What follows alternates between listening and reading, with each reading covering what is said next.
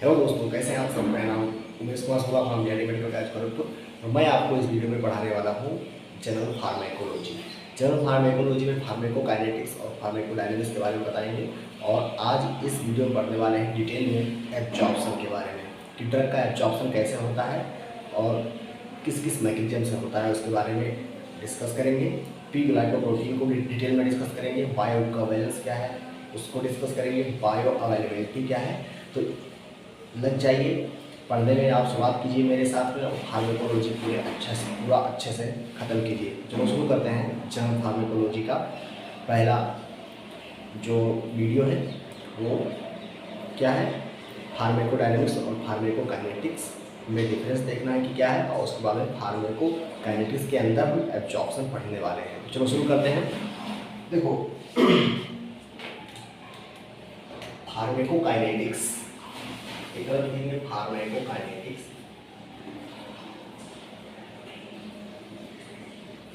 और एक तरफ फार्मेकोडायनेमिक्स।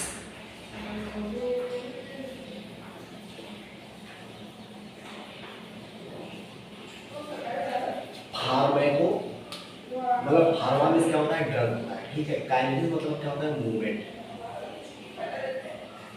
ठीक है। क्या है ड्रग, मूवमेंट। ड्रग डायनेमिक्स मतलब क्या होता है, चेंज, ठीक है। ड्रग चेंज यानी कि बॉडी ड्रग के रिस्पॉन्स में क्या कैसे चेंज होती है उसके बारे में क्या होगा फार्मेकोडायनेमिक्स में। वहीं पर फार्मेकोकाइनेटिक्स क्या है, ड्रग का मूवमेंट कैसे होता है बॉडी में ड्रग का मूवमेंट कैसे क्या कहाँ पर आएगा, फार्मेकोकाइनेटिक्स में। तो सिंपल लैंग्वेज में फार्मेकोकाइनेटिक्स क्या है, मूवमेंट ऑफ ड्रग है। क्या है, मूवमेंट ऑफ ड्रग है, मूवमेंट ऑफ ड्रग फार्मेकोकाइनेटिक्स। वहीं पर ये जो फार्मेकोडायनेमिक्स है वो क्या है, drug induce change in the body. Drug जो इंड्यूस करता है चेंज इन बॉडी में, ड्रग इंड्यूस्ड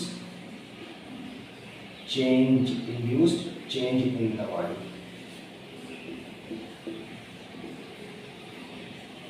और उसके बाद में ये जनरल भाषा में कह सकते हो, what body does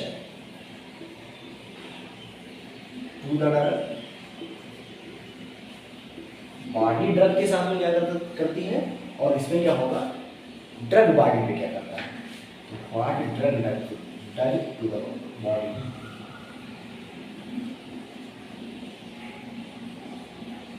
does to the body.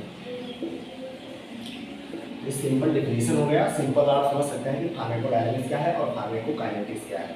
Pharmacokinetics में हम पढ़ेंगे एडीएमई, ए से एब्जॉर्प्शन, डी से डिस्ट्रीब्यूशन, एन से मेटाबॉलिज्म और ई से क्या होता है, एक्सक्रीशन। जो मेटाबॉलिज्म और एक्सक्रीशन आएगा तो इनको कॉम्बिनेशन में क्या कहते हैं, एलिमिनेशन। क्या कहते हैं, एलिमिनेशन ऑफ ड्रग। पहले क्या होगा, एब्जॉर्प्शन ऑफ ड्रग होगा, उसके बाद डिस्ट्रीब्यूशन ऑफ ड्रग होगा, उसके बाद मेटाबॉलिज्म ऑफ ड्रग होगा और उसके बाद में क्या होगा, excretion of the drug. Pharmaco dynamics में हम देखेंगे कि ड्रग कौन सा है, टारगेट टिश्यू कौन सा है या कौन सा ऑर्गन टारगेट कर रहे हैं हम, इफेक्ट ड्रग का कैसा पड़ रहा है और उसकी इफिकेसी कैसी है। तो ये हम पढ़ेंगे फार्मेकोडायनेमिक्स के अंदर। और फार्मेकोकाइनेटिक्स के अंदर हम एब्जॉर्प्शन, डिस्ट्रीब्यूशन, मेटाबॉलिज्म और एक्सक्रीशन को पढ़ने वाले हैं। तो चलो शुरू करते हैं हम एब्जॉर्प्शन के बारे में। एब्जॉर्प्शन के बारे में शुरू करते हैं डिटेल में। ये जनरल चीज़ें होंगी जो आपको फार्मेकोकाइनेटिक्स और फार्मेकोडायनेमिक्स में डिफरेंस पता होना चाहिए, और उसके बाद में एब्जॉर्प्शन पढ़ते हैं, ठीक है। एब्जॉर्प्शन पढ़ने से पहले जो चारों प्रोसेस हो रहे हैं फार्मेकोकाइनेटिक्स में, तो हम डिटेल में यहाँ पर फार्मेकोकाइनेटिक्स के बारे में डिस्कस करने वाले हैं। फार्मेकोकाइनेटिक्स के बारे में डिस्कस करने वाले हैं। और फार्मेकोकाइनेटिक्स में कैसे देखो,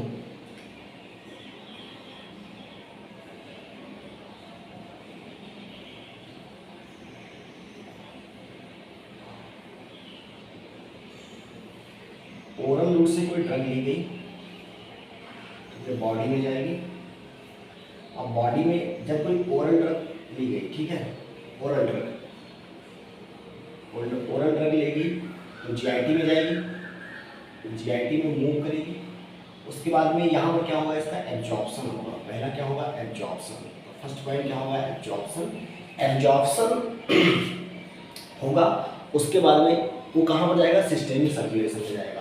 कहाँ पर जाएगा, सिस्टेमिक सर्कुलेशन में ड्रग जाएगा, सिस्टेमिक सर्कुलेशन में ड्रग जाएगा। और सिस्टेमिक सर्कुलेशन के बाद में इसका क्या होगा, डिस्ट्रीब्यूशन होगा आर्गन को, डिस्ट्रीब्यूशन होगा। तो दूसरे स्टेप पे आएगा, सिस्टेमिक सर्कुलेशन में रीडिस्ट्रीब्यूशन भी हो सकता है ड्रग का। तो जब एक बार डिस्ट्रीब्यूशन हो गया उसके बाद रीडिस्ट्रीब्यूशन भी हो सकता है ड्रग का, रीडिस्ट्रीब्यूशन, रीडिस्ट्रीब्यूशन। तो रीडिस्ट्रीब्यूशन होने के लिए हाई लिपिड सॉल्युबिलिटी होना चाहिए, हाई लिपिड सॉल्युबिलिटी होना चाहिए, high lipid solubility, high lipid solubility and short acting होना चाहिए।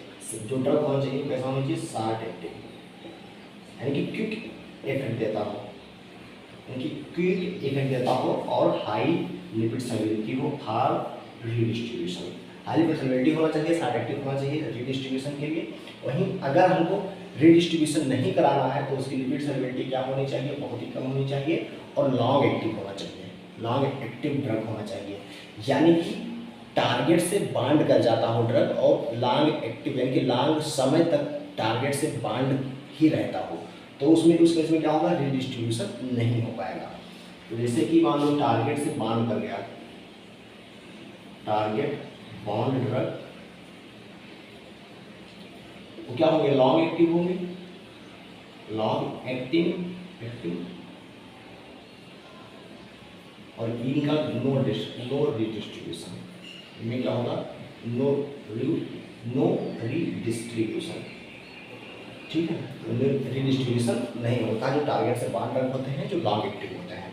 हमको कैसे ड्रग चाहिए रीडिस्ट्रीब्यूशन के लिए, हाई लिपिड सॉल्युबिलिटी वाले, शार्ट एक्टिव और जो टारगेट से बांड ना रहते हो ज़्यादा समय के लिए। तो ये रीडिस्ट्रीब्यूशन का बात हो गया। अब हमारे पास सिस्टेमिक सर्कुलेशन में ड्रग गया और डिस्ट्रीब्यूशन हो गया उसका।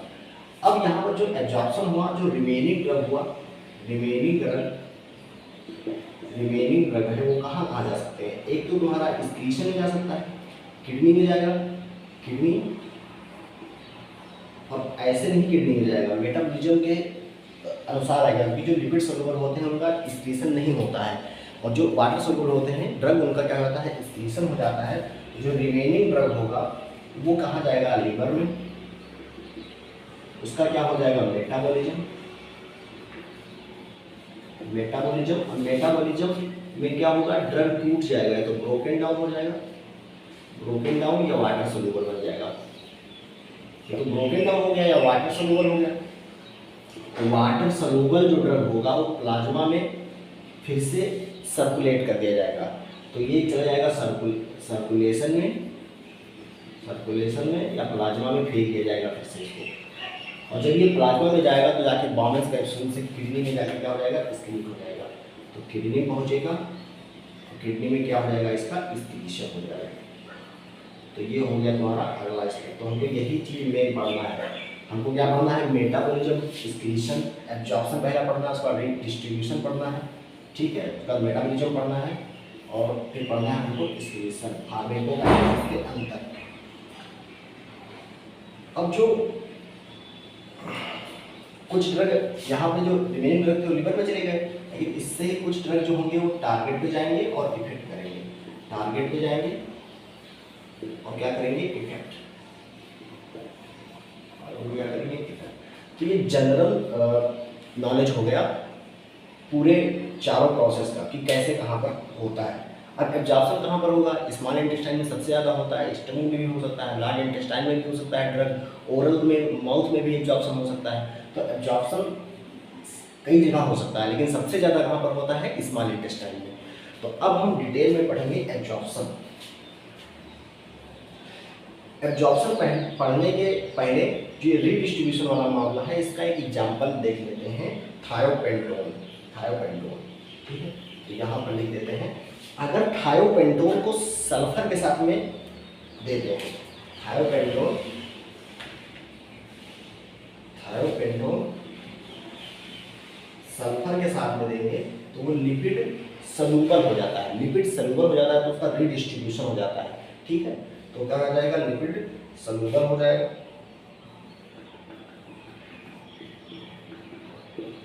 लिपिड सलूबल हो जाता है और इसका क्या हो जाएगा, अगर लिपिड सलूबल हो गया तो क्या हो जाएगा, इसका रीडिस्ट्रीब्यूशन हो जाएगा। अब हम डिटेल में चलते हैं एब्जॉर्प्शन की तरफ। ये था जनरल चीज, अब चलते हैं एब्जॉर्प्शन के पास और समझते हैं कि एब्जॉर्प्शन कहाँ होता है, कैसे होता है, क्यों होता है। ठीक है, ये सब डिस्कस करेंगे। तो अब शुरू करते हैं एब्जॉर्प्शन। फार्माकोकाइनेटिक्स का जो पहला टॉपिक है क्या है, absorption. Absorption active passive transport, facilitated transport, simple diffusion तो आप लोग पढ़ के आए होंगे। तो सिंपल डिफ्यूजन होता है मोस्ट कॉमन रूट होता है ड्रग के एब्जॉर्प्शन का। एक्टिव होता है और एक्टिव भी हो सकता है और फैसिलिटेड डिफ्यूजन भी हो सकता है। अब किसी में कैरियर की आवश्यकता होती है, किसी में कैरियर की आवश्यकता नहीं होती है, तो उसके बारे में आप देख लेते हैं। किसमें कैरियर की आवश्यकता होती है, किसमें नहीं होती है।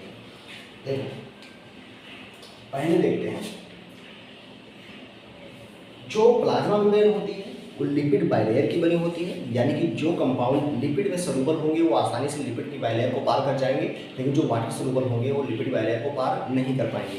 तो यही क्राइटेरिया पूरा ड्रग में यहाँ एब्जॉर्प्शन में चलता घूमता दिखाई पड़ेगा आपको। देखो जो ये क्या है, ल्यूमन ऑफ इंटेस्टाइन, ये ब्लड ल्यूमन मानते हैं। ठीक है, जो ये क्या है, लिपिड की बाइलेयर है मान लो। ठीक है, इससे कोई ड्रग क्या हो रहा है, एब्जॉर्ब हो रहा है, ड्रग एब्जॉर्ब हो रहा है। तो ये कैसे एब्जॉर्ब हो सकता है, या तो इसमें कुछ प्रोटीन चैनल होंगे एक्वापोरिन जैसे कि तुम्हारा वाटर चैनल है, वाटर और एक्वस चैनल,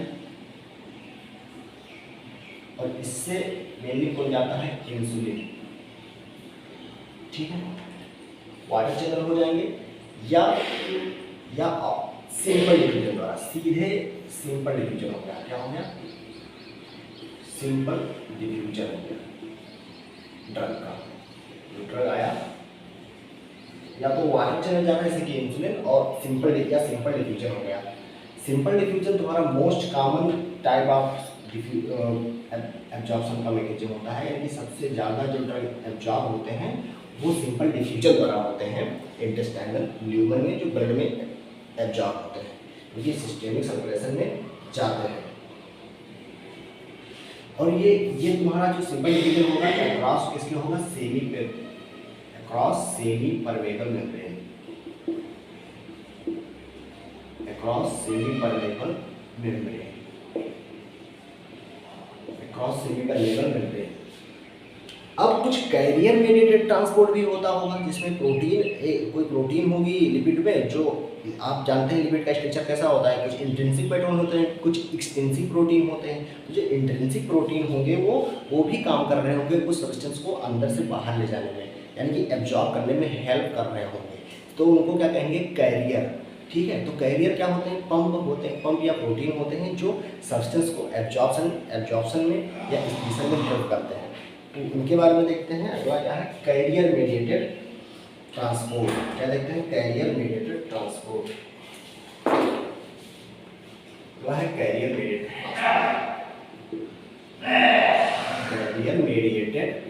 ट्रांसपोर्ट।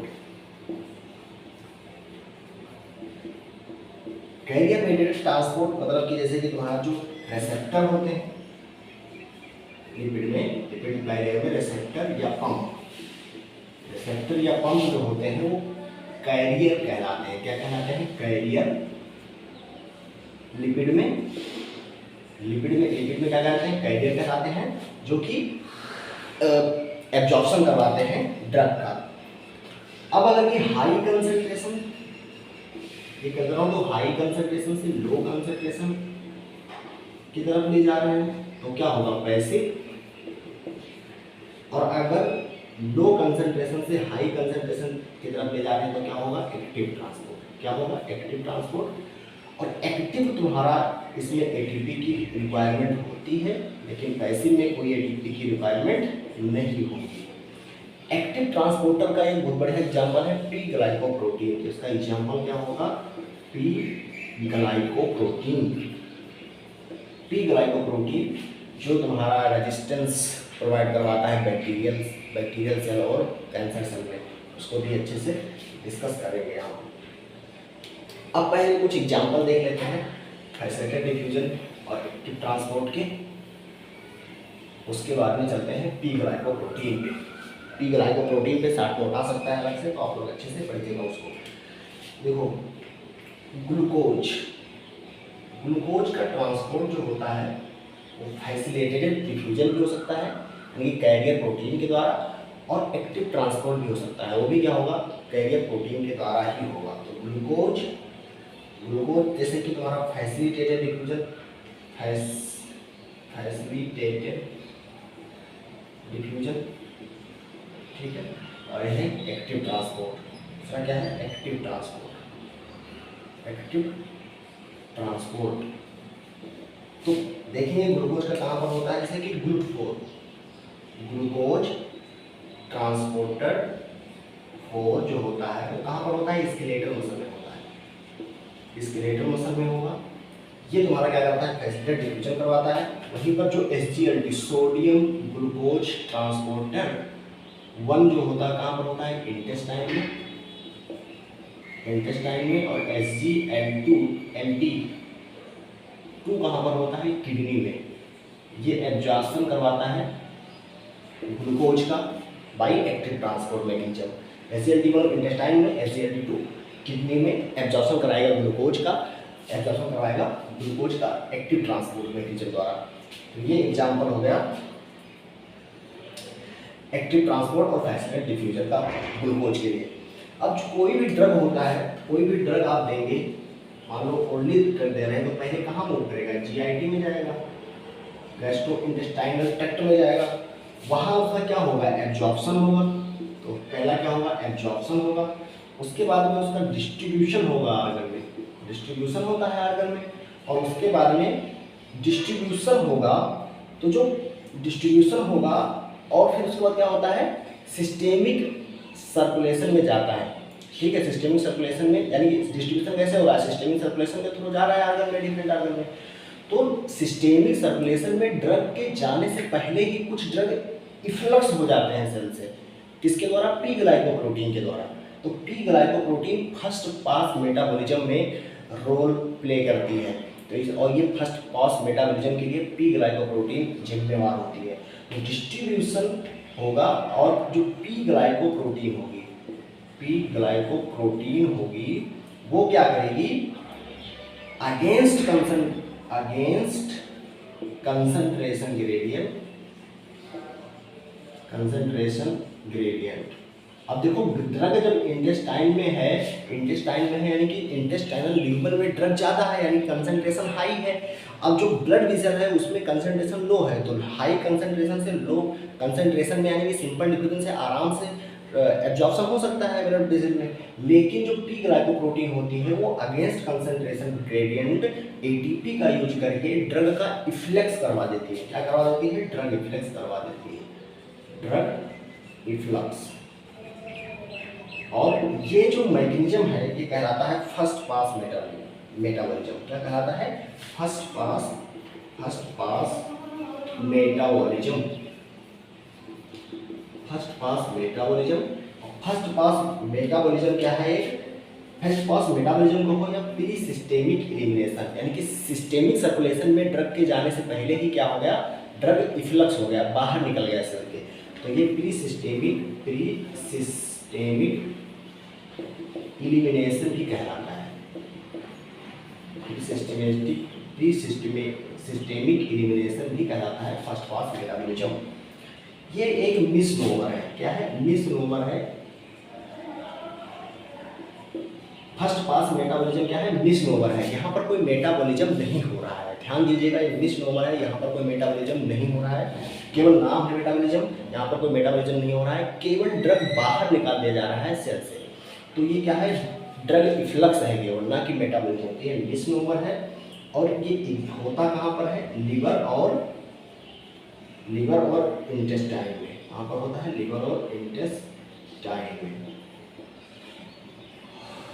अब इसका डायग्राम से कुछ देख लेते हैं इसको, कैसे आखिर निकल रहा होगा ड्रग, आप लोग लिख लीजिएगा अच्छे से।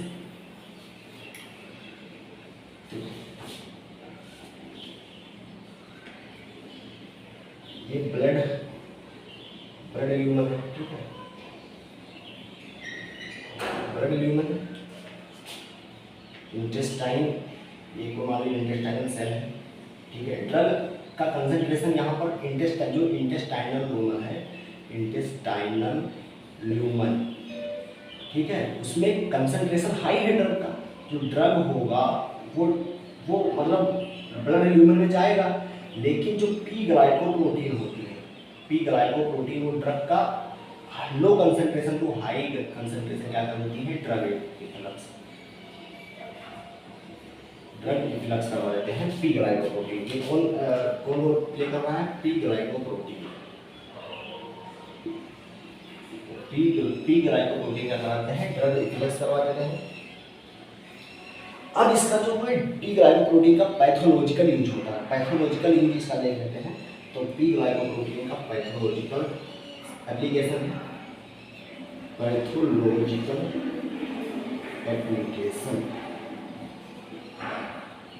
Pathological application of P glycoprotein, जैसे कि बैक्टीरियल सेल और cancer cell.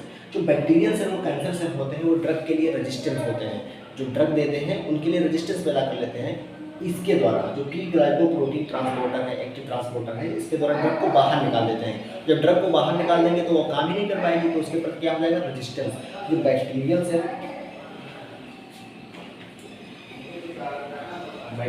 Cell and cancer cell use active transporter as drug resistance. तो ये पैथोलॉजिकल एप्लीकेशन हो गया पी ग्लाइकोप्रोटीन का, या फर्स्ट पास मेटाबॉलिज्म का, ठीक है। तो first pass metabolism bacterial cell और कैंसर सेल में हो जाता है। अब हम आगे पढ़ने वाले हैं पी ग्लाइकोप्रोटीन पंप को डिटेल में। तो हम क्या पढ़ेंगे, पी ग्लाइकोप्रोटीन पंप को डिटेल में।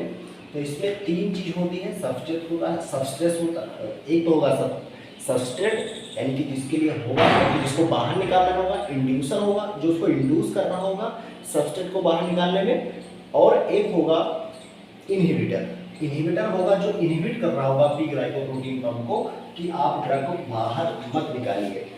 तो तीन चीजें होती हैं पी ग्लाइकोप्रोटीन में। हमको पढ़ना है पी ग्लाइकोप्रोटीन, 60 नंबर आ सकता है इस पे, पी ग्लाइकोप्रोटीन पे हमको पढ़ना है। पी ग्लाइकोप्रोटीन क्या होता है, इसमें सबस्ट्रेट होगा, सबस्ट्रेट क्या हो सकता है, जैसे कि डिगॉक्सिन हो गया, रिफाम्पिसिन हो गया, प्रोटीज इनहिबिटर हो गया। क्या हो गया, प्रोटीज इनहिबिटर।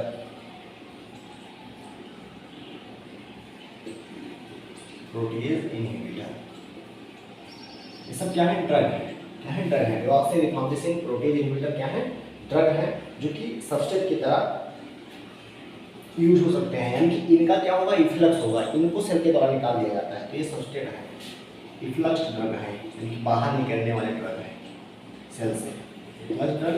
और उसके बाद में क्या होगा, इंड्यूसर होगा। क्या होगा, इंड्यूसर जो इन ड्रग को निकालने में हेल्प करते हैं, ठीक है। तो ये एंजाइम जैसे कि रिफाम्पिसिन हो गया, तो रिफाम्पिसिन क्या होगा, ये क्या करेगा, ड्रग फेलियर कराएंगे। इंड्यूसर क्या कराएंगे, ड्रग फेलियर कराएंगे। मान लो किसी को आप डिगॉक्सिन दिए और साथ में दे दिए रिफाम्पिसिन, क्या दे दिए, रिफाम्पिसिन।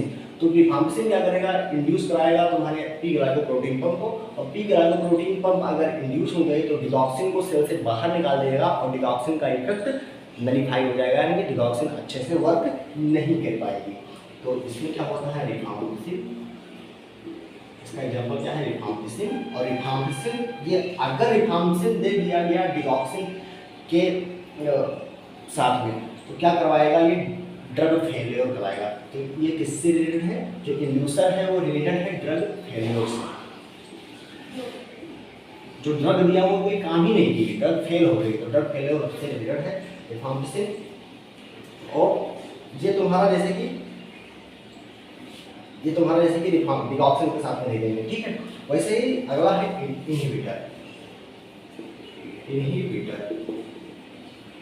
पी ग्लाइकोप्रोटीन इनहिबिटर है, यानी कि पी ग्लाइकोप्रोटीन को इनहिबिट कर दे रहे हैं, यानी कि ड्रग को बाहर नहीं निकलने दे रहे हैं। और जब ड्रग सेल से बाहर नहीं निकलने पा रही है तो क्या हो जाएगा? ड्रग की टॉक्सिसिटी हो जाएगी सेल में। सेल में ज़्यादा ड्रग है, यानी कि उसकी टॉक्सिसिटी हो गई। तो ये क्या काज करेंगे? ड्रग टॉक्सिसिटी से ताल्लुक रखते हैं। ड्रग टॉक्सिसिटी ये करवाते हैं कौन? इनहिबिटर। अब इनहिबिटर याद करने के लिए याद कीजिए इनकेव, यानी कि केव में ही बंद कर दिया, इनकेव, ठीक है। तो इसको याद करने के लिए आप ट्रिक है, क्या है? इनकेव। क्या है? इनकेव,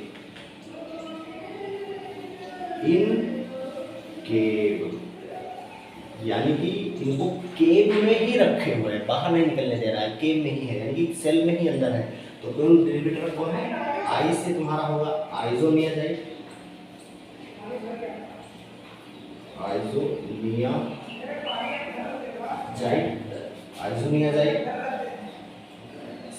एन से तुम्हारा होगा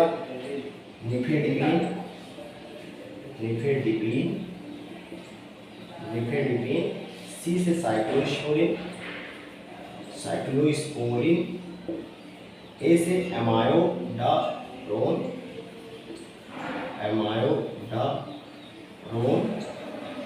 बी से होगा बेरापेमिन, और ई से क्या होगा? इरिथ्रोमाइसिन। क्या होगा?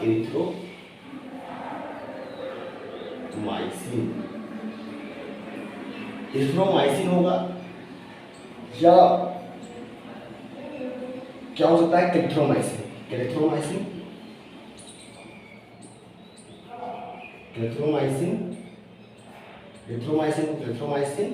या तुम्हारा क्या होगा? एजिथ्रोमाइसिन।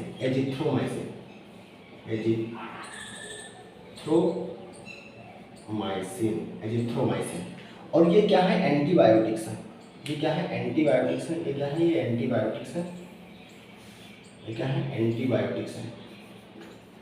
एंटीबायोटिक्स हैं, और ये काज करते हैं डिगॉक्सिन टॉक्सिसिटी। डिगॉक्सिन को अगर दे दिया गया इनके साथ में तो डिगॉक्सिन को बाहर ही निकलने देंगे सेल से, ठीक है। तो डिगॉक्सिन टॉक्सिसिटी काज करते हैं,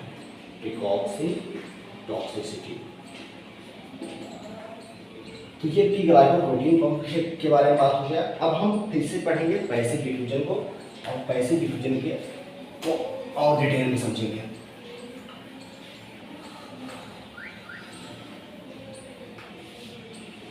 वह क्या है? Passive diffusion.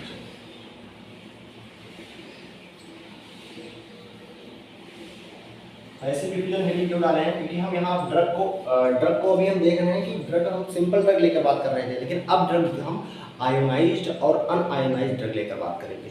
तो जो आयोनाइज्ड ड्रग होते हैं उनका एब्जॉर्प्शन नहीं हो पाता है लिपिड बैरियर के द्वारा, वो इंटेस्टाइन ट्यूब में फिर से लौट जाते हैं। वहीं पर जो अनआयोनाइज्ड ड्रग होते हैं उनका एब्जॉर्प्शन आसानी से हो जाता है। तो ये क्या है? ब्लड विजन ल्यूमन है मानो, ठीक है। ब्लड विजन ल्यूमन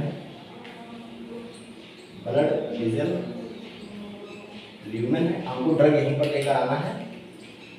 और ये क्या होगी? इंटेस्टाइन की क्या है? इंटेस्टाइन की मतलब लिपिड लेयर है, और ये क्या है? इंटेस्टाइनल ल्यूमन है। ये क्या है? इंटेस्टाइनल ल्यूमन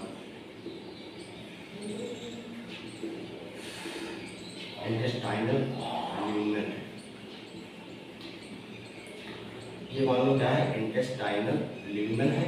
अब इससे हमको ड्रग पार कराना है, लेकिन इसमें क्या है? लिपिड बैरियर है। और लिपिड बैरियर में आपको पता है कैरियर प्रोटीन होते हैं, ट्रांसपोर्ट मीडिएटर होते हैं। और इनमें क्या होगा? अगर ड्रग आप दिए, पहला ड्रग दिए जो क्या था? आयोनाइज्ड था, तो वो क्या हो जाएगा? लिपिड बैरियर से पास नहीं होगा, वहीं पर अगर ड्रग क्या होगा, अनआयोनाइज होगा, तो वो ब्लड लीवर में पहुंच जाएगा। तो अनआयोनाइज्ड ड्रग, तो एब्जॉर्प्शन किसका होगा, एब्जॉर्प्शन किसका होगा, अनआयोनाइज्ड ड्रग का। आयोनाइज्ड ड्रग एब्जॉर्ब नहीं होंगे। आयोनाइज्ड ड्रग वाटर सॉल्युबल उनको कह देते हैं या पोलर ड्रग कहते हैं, ठीक है। तो आयोनाइज्ड ड्रग क्या है, वाटर सॉल्युबल या पोलर ड्रग। इसे क्या कहेंगे, पोलर वाटर सॉल्युबल या लिपिड इनसॉल्युबल कह दो, एक ही बात है, लिपिड इनसॉल्युबल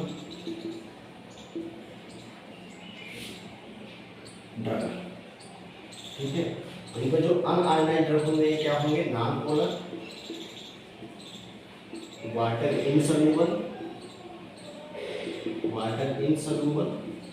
लिपिड सॉल्युबल।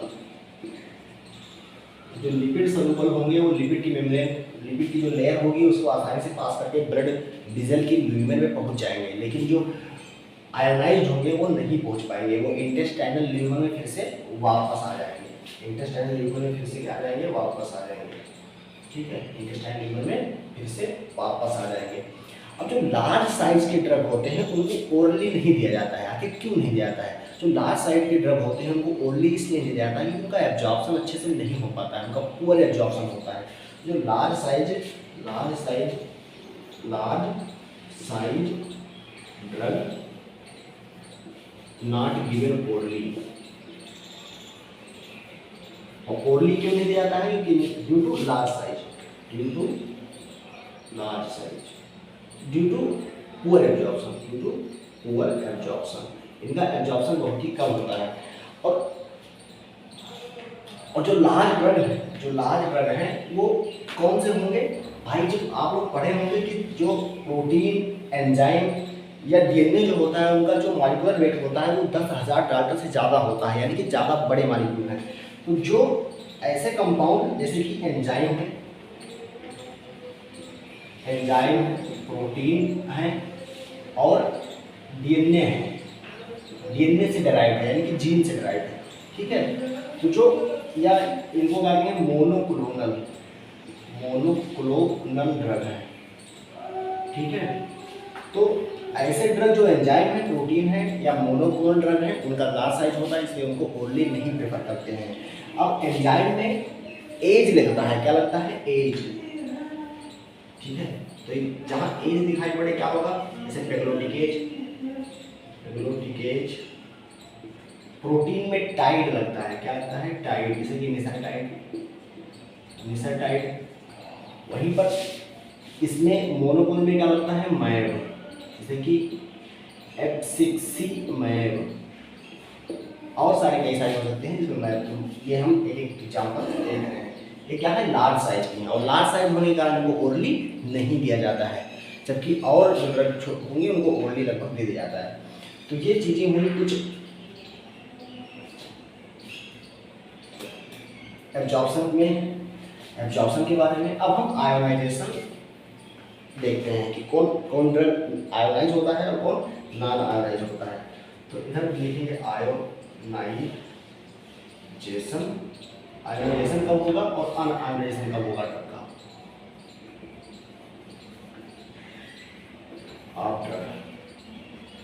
तो देखो, अगर पीएच डिफरेंट होगा तो वो क्या होगी, आयोनाइज हो जाएगी। अगर पीएच डिफरेंट होगा, अगर देखो सेम पीएच होगा तो आयोनाइजेशन नहीं होगा, लेकिन अगर डिफरेंट पीएच होगा तो आयोनाइजेशन हो जाएगा। जैसे कि देखो एसिडिक ड्रग बेसिक मीडियम में है। अगर एसिडिक ड्रग कहाँ पर है, बेसिक मीडियम में, तो उसका आयोनाइजेशन हो जाएगा, वहीं पर जो तुम्हारा जैसे मान लो कोई एसिडिक ड्रग है और एसिडिक मीडियम में है, acidic drug in acidic medium, तो उसका अनआयोनाइजेशन होगा, वहीं पर आयोनाइजेशन कहाँ पर होगा, जहाँ पर एसिडिक ड्रग है उसको बेसिक मीडियम में छोड़ दिया जाए तो उसका आयोनाइजेशन हो जाता है।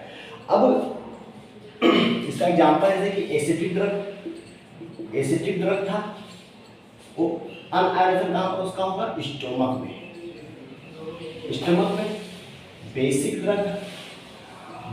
ड्रग का अनआयोनाइजेशन कहाँ पर होगा? इंटेस्टाइन में, क्योंकि वहाँ का पीएच क्या है? बेसिक है।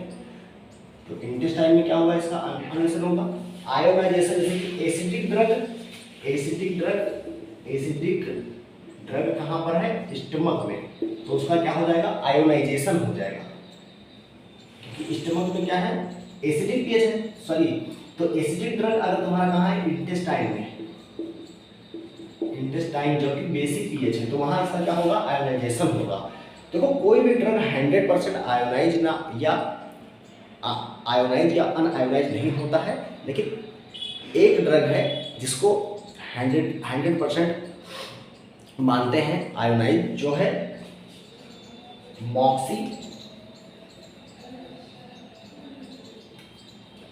मॉक्सीफ्लैक्सेसिन है। क्या है?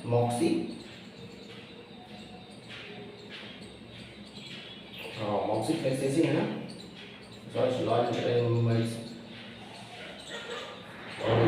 मॉक्सीफ्लैक्सेसिन है। मॉक्सीफ्लैक्सेसिन इसका 100% एब्जॉर्प्शन होता है, लेकिन मोस्ट ऑफ द ड्रग क्या होती है? 100% एब्जॉर्ब नहीं होती है। तो मॉक्सीफ्लैक्सेसिन क्या है? 100% एब्जॉर्प्शन। मॉक्सीफ्लैक्सेसिन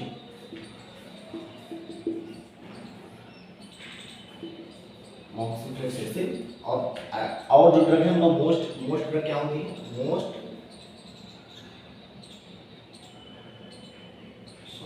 ऑप्शन का बात कर रहे हैं कि किसका बात कर रहे हैं? आई एम लिटिल कंफ्यूज्ड है दोस्तों।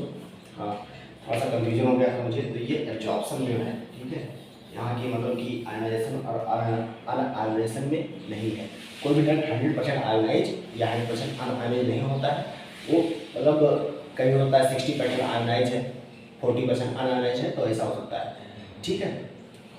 अब हम पढ़ने जा रहे हैं कि देखो अनआयोनाइजेशन ऑफ ड्रग और आयोनाइजेशन ऑफ ड्रग ये हेल्पफुल होते हैं पैथोलॉजिकल कंडीशन में। जैसे कि मान लीजिए किसी का यूरिन, किसी ड्रग को स्किप करवाना है और उसका यूरिन क्या है? बेसिक है। यूरिन क्या है? बेसिक है। और यानी कि ड्रग कौन सी होगी? बेसिक होगी, जैसे कि एम्फेटामाइन। तो हमको क्या करना पड़ेगा? यूरिन एसिडिफायर देना पड़ेगा, जो यूरिन को एसिडिफाई कर दे और ड्रग क्या हो जाए? एक्सक्रीट हो जाए। ड्रग क्या हो जाए? एक्सक्रीट हो जाए। तो डिफरेंट जो जिस पीएच की ड्रग होगी उसके अपोजिट पीएच का हम अगर कोई ड्रग देंगे, तो जो ड्रग उसमें पहले प्रेजेंट है वो क्या हो जाएगा?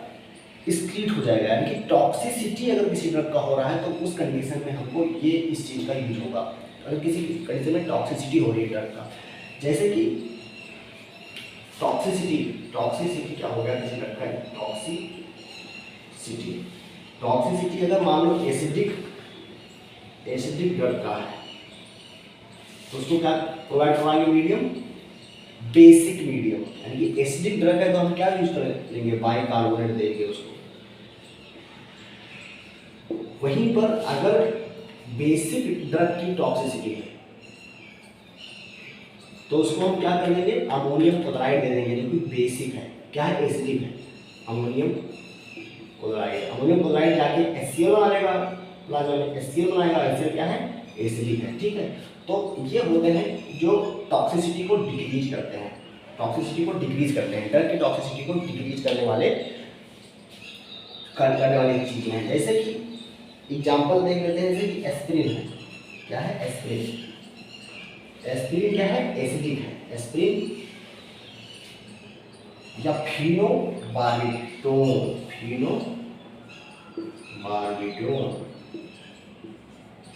एस्पिरिन और फिनोबार्बिटोन और MTX टॉक्सिसिटी हो गई।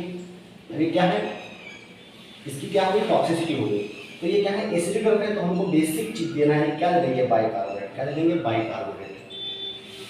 तो पेशेंट को क्या दे देंगे? बाइकार्बोनेट दे देंगे। अगर यही मान लो बेसिक कोई ड्रग है जिसकी टॉक्सिसिटी जैसे एम्फेटामाइन इसकी टॉक्सिसिटी है, तो हम क्या देंगे? यूरिन एसिडिफायर दे देंगे। क्या दे देंगे? Urine acidifier. और यूरिन एसिडिफायर के एग्जाम्पल क्या है, विटामिन सी, अमोनियम क्लोराइड और क्रैनबेरी जूस। ठीक है, क्रैनबेरी जूस मतलब कि जूस है तो यानी कि उसमें विटामिन सी होगा ही, खट्टा है तो विटामिन सी होगा ही, तो क्या कराएगा, यूरिन एसिडिफायर की तरह यूज होगा। तो ये चीजें हो गई तुम्हारी आयोनाइजेशन एंड अनआयोनाइजेशन के बारे में। अब हम पढ़ने जा रहे हैं हेंडरसन-हेज़ल-वेज इक्वेशन। हेंडरसन-हेज़ल-वेज इक्वेशन के क्वेश्चन पूछे जा सकते हैं, तो इसको आप ध्यान दीजिएगा। हेंडरसन-हेज़ल-वेज इक्वेशन, तो ये बेस और एसिड और बेस के लिए अलग होगा। अगर हम मान लो एसिड के लिए बात करते हैं तो pH = pKa minus log unionised concentration upon ionised concentration of drug. अगर वहीं हम ये किसके लिए बात हो रहा है, एसिड के लिए। अगर बेस के लिए बात कर रहे हैं तो pH = एसिडिक ड्रग के लिए बात हो रहा है। ठीक है, अगर बेसिक ड्रग है तो pH = pKa minus log ionised form upon unionised form. किसका ला है, किसके लिए है, बेसिक ड्रग के लिए है, बेसिक ड्रग के लिए। अगर I/U 1 हो, कितना है, 1 है, यानी कि concentration of ionised and concentration of unionised बराबर है, यानी कि 50% क्या है अनआयोनाइज्ड एंड 50% क्या है आयोनाइज्ड फॉर्म है ड्रग का। ठीक है, तो ये हेंडरसन-हेज़ल-वेज इक्वेशन के बारे में बात हो गया। अब हम आगे चलते हैं और पढ़ते हैं बायो अवेलेबिलिटी और बायो कोवैलेंस। तो बायो अवेलेबिलिटी बायो कोवैलेंस में अलग से छोटा सा टॉपिक हो सकते हैं दोनों का, इसको भी देख लीजिए और आपके नीट पीजी के लिए सब कुछ इम्पोर्टेंट है। Bio availability,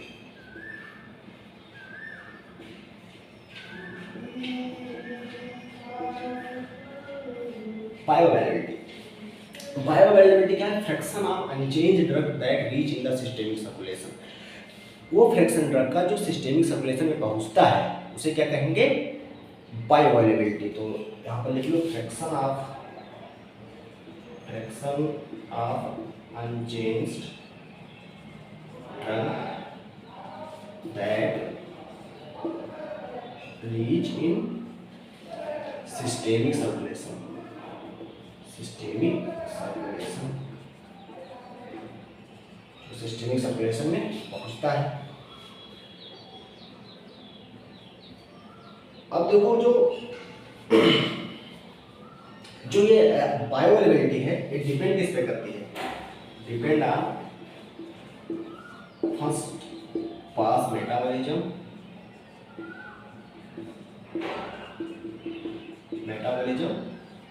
first pass metabolism पे डिपेंड करेगी कि जो सिस्टेमिक सर्कुलेशन है उसमें ड्रग जाने से पहले कितना एलिमिनेट हो गया सेल से, और डिपेंड करेगी कि उसका एब्जॉर्प्शन कितना है, एब्जॉर्प्शन कितना है, एब्जॉर्प्शन पे डिपेंड करेगा। देखो जो अब यहाँ पर था जो आगे वाला मॉक्सीफ्लोक्सेसिन का, यहाँ पर मॉक्सीफ्लोक्सेसिन बड़ा टॉपिक हो जाता है तो आगे पीछे हो जाता है चीज़ें।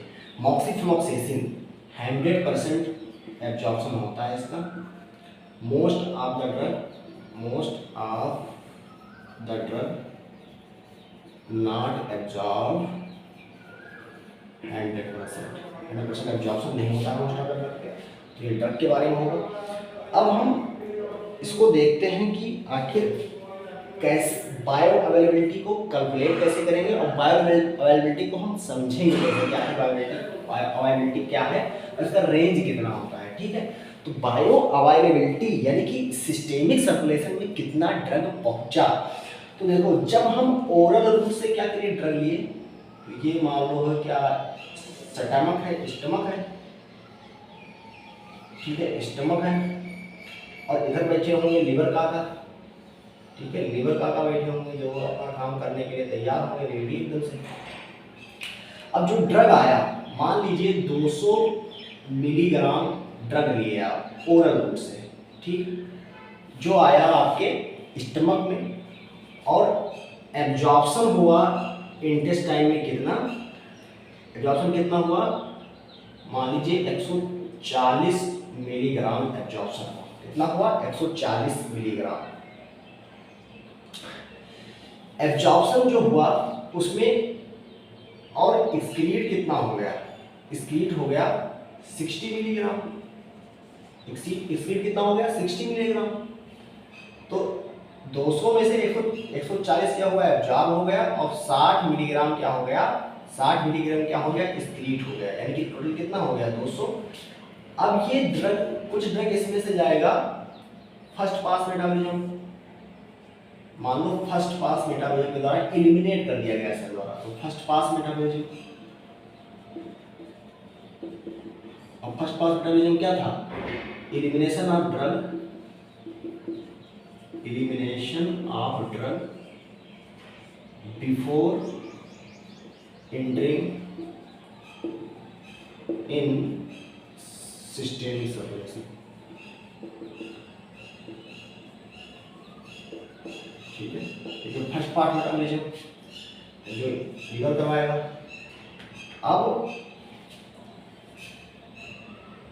इसमें से कितना मान लो 40 मिलीग्राम, 40 मिलीग्राम क्या हो गया एलिमिनेट हो गया। तो 40 मिलीग्राम क्या हो गया एलिमिनेट हो गया, तो ये किसमें से हुआ होगा 140 में से, 140 मिलीग्राम में से क्या हो गया फर्स्ट पास हो गया, ठीक है। तो कितना बचा 140 माइनस 40 बराबर 100 मिलीग्राम, 100 मिलीग्राम आपके पास ड्रग बचा और ये 100 मिलीग्राम ये सिस्टेमिक सर्कुलेशन में चला गया, किसमें चला गया सिस्टेमिक सर्कुलेशन में, यानी कि जो ये 100 मिलीग्राम था ये आपका कहाँ गया लीवर में और लीवर से जाएगा सिस्टेमिक सर्कुलेशन में। तो जो ये 100 मिलीग्राम गया यही क्या है फ्रैक्शन ऑफ एक्चुअल ड्रग है जो कि सिस्टेमिक सर्कुलेशन में गया, और ये 100 मिलीग्राम है, यानी कि 100 मिलीग्राम है और है फ्रैक्शन, तो फ्रैक्शन कितना हो जाएगा 100 पहुंचा 100 मिलीग्राम पहुंचा कितने का 200 मिलीग्राम का, किसमें सिस्टेमिक सर्कुलेशन में। तो इसको काटो क्या हो जाएगा 1/2 यानी कि 0.5, ये क्या हो गया इसको डिनोट करते हैं F से, और ये क्या कहलाता है bio availability. Bio availability F जो होता है इसका जो रेंज होता है वो होता है 0 to 1, ये कितना आया है 0.5 आया है। अब कैलकुलेशन करते हैं हम बायो अवेलेबिलिटी का, आप लोग बायो अवेलेबिलिटी समझ गए होंगे। अब बायो अवेलेबिलिटी का कैलकुलेशन कैसे करते हैं, तो एरिया अंडर कर्व निकालते हैं। एरिया अंडर कर्व एक दवाई लेंगे, सेम दवाई उसको आईवी पहले इंट्रावेनस देंगे और उसके बाद में क्या देंगे ओरल रूट से देंगे, और उसके बीच में ग्राफ खींचेंगे प्लाज्मा कंसंट्रेशन का, और एरिया से हम पता करेंगे कि उसकी बायो अवेलेबिलिटी कितनी है। तो एक ग्राफ प्लॉट करेंगे, ठीक है। एक दिए हम इंट्रावेनसली देख दिए, एक तुम्हारा ओरल रूट से दिए। अब आप लोगों को पता है कि जो इंट्रावेनसली ड्रग दिया जाएगा, इंट्रावेनसली वो तुरंत उसका प्लाज्मा कंसंट्रेशन हाई हो जाएगा। प्लाज्मा कंसंट्रेशन ऑफ ड्रग, देखिए ये क्या है 0, ये टाइम है, यहाँ पर क्या था 0 सेकंड मान लो था, ठीक है 0 सेकंड। तो टाइम 0 पर इंट्रावेनसली जो ड्रग दिया गया है उसका कंसंट्रेशन प्लाज्मा में सबसे ज़्यादा है। तो टाइम 0 पर इंट्रावेनस ड्रग का प्लाज्मा कंसंट्रेशन सबसे ज़्यादा होता है, और उसके बाद में धीरे धीरे धीरे धीरे क्या होता है घटता है, और ये होगा एरिया अंडर कर्व, ठीक है। एरिया अंडर कर्व किसका होगा इंट्रावेनस इंजेक्शन जो इंजेक्शन के द्वारा दिया गया है। और जो ये एरिया अंडर कर्व है, एरिया अंडर कर्व है वो क्या है ओरल रूट से है, तो ये ओरल रूट से है, तो ये वाला क्या हो जाएगा ओरल रूट का एरिया अंडर कर्व, ठीक है। ओरल रूट का हो जाएगा एरिया अंडर कर्व। अब जो बायो अवेलेबिलिटी निकालते हैं वो F क्या होता है area under curve oral upon area under curve IV into 100। ये क्या आ गया बायो अवेलेबिलिटी। F क्या है बायो अवेलेबिलिटी है। फिर क्या है बायो अवेलेबिलिटी। तो ये बायो अवेलेबिलिटी के बारे में बात हो गया। अब रेंज रेंज आप इसका जानते हैं कितना होता है, 0 पॉइंट और मतलब 0 से 1 तक इसका क्या होता है रेंज है। तो 100% जैसे कि क्या था मॉक्सिफ्लक्सेसिन, और या 100% से कोई होती नहीं है तो उसका 1 से कम ही आएगा, 0 से ज़्यादा आएगा। 0% की कोई एब्जॉर्ब नहीं होगी, ठीक है। तो 0 हो सकता है कोई 0% एब्जॉर्ब हो रही हो, एब्जॉर्ब ही नहीं हो, कोई ऐसी ड्रग होगी, ऐसी भी ड्रग हो सकती है। तो ये हो गया बायो अवेलेबिलिटी के बारे में। अब हम पढ़ते हैं बायो इक्विवेलेंस। बायो इक्विवेलेंस क्या है? देखो बायो इक्विवेलेंस जो कंपनीज हैं, फार्मास्यूटिकल कंपनीज हैं, उनके लिए बहुत ही इंपॉर्टेंट चीज़ है बायो इक्विवेलेंस। तो पढ़ते हैं bio equivalence. Bio equivalence, bio equivalence क्या है? जैसे कि 2 फार्मास्यूटिकल ड्रग, 2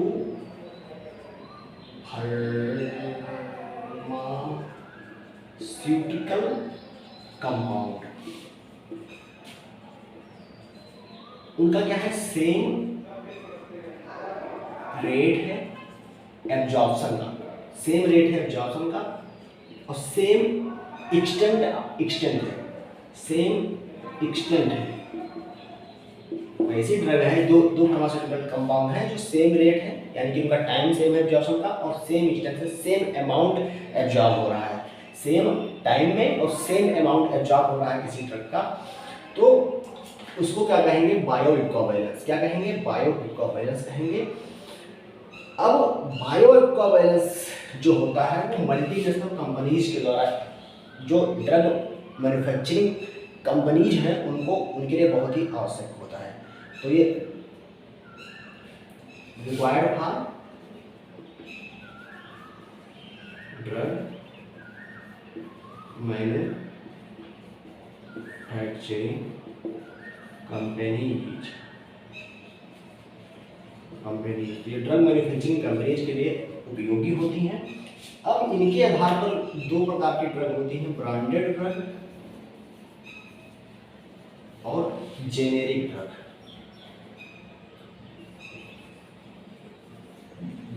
ब्रांडेड ड्रग होती है जिन्हें बहुत सारा रिसर्च किया गया है, उनको खोजा गया है और उनको 20 साल के लिए पेटेंट कर लिया गया है।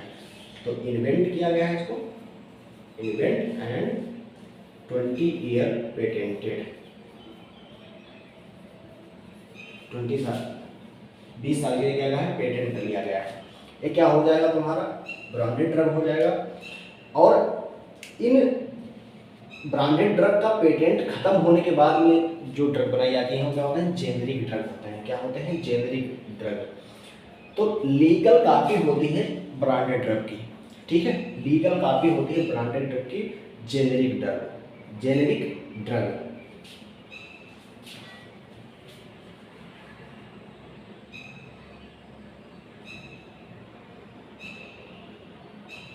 तो क्या होगा legal copy, legal copy of branded drug after patent expire. जब पेटेंट एक्सपायर हो जाएगा तो क्या कर लेंगे उसको कॉपी कर लेंगे। और ये क्या होगा भाई पेटेंटेड ड्रग नहीं है तो ये क्या होगा चीपर होगा, बहुत ही सस्ता होगा।